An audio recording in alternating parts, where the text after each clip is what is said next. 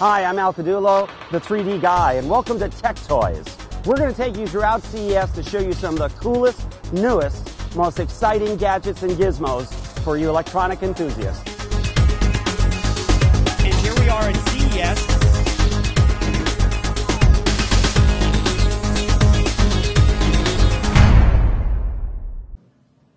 Hi, I'm Caudullo, the 3D guy, and we're here with Pete Routhier of Technicolor. How are you today, Pete? Very good. Yourself? Very good. Tell me, Technicolor, in the past, I think the public generally knows Technicolor for film. That's what they think of when they hear Technicolor. But you guys do a whole lot more. In fact, you're now becoming one of the leaders in making good 3D. So tell us about that. Yes. Basically, people remember Technicolor. If you actually look in Wikipedia or you look on Google, you get lots of references that are not actually the company. It's been synonymous with glorious, rich color, a great experience in theaters. We've transitioned this now in the 3D environment, and as Technicolor is synonymous with great color quality, now Technicolor 3D is synonymous with good stereo quality. So we've introduced a Technicolor certified program that looks at everything that could go wrong and create viewer discomfort in 3D, and ensuring that we flag those and we correct those so that we have a very pleasant stereo experience at home. So now, in the past, we've always thought of it with film, so we think of it with movies. But I understand also now that you're also assisting with TV productions, which are actually more budget-based and don't have the money to play with as much as films do.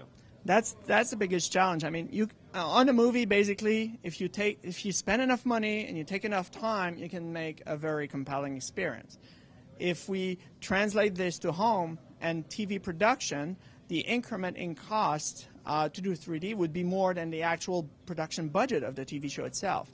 So we're not only putting quality criteria, but we're also developing methods, and we have a stereo masterclass that we've developed to help production companies transition from the 2D to the 3D medium. The company did the same thing when we transitioned to color, where Technicolor had color consultants that would go on productions to make sure that the art department would make everything look good once it's presented. We're doing the same thing on stereo to help people select the right type of rigs, proper 3D composition, so that the TV show is not now just a 2D show with slapping a 3D camera, but is actually thought of in stereo terms to provide good quality to the viewer, compelling experience, but also not break the budget, which is the major challenge on the TV side. So where do you see 3D going in the near future?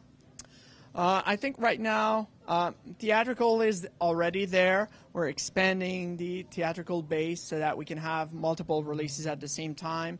But basically, most of the production companies know how to do good 3D. The big effort now is consolidating the home. We've seen the introduction of the first 3D TV systems. We have consumer enthusiasm. If we want to latch onto this and not get them discouraged because they have headaches or a bad experience, now we need to transition into creating a large volume of good quality 3D for home. I think that's where we are for the next 2 to 3 years.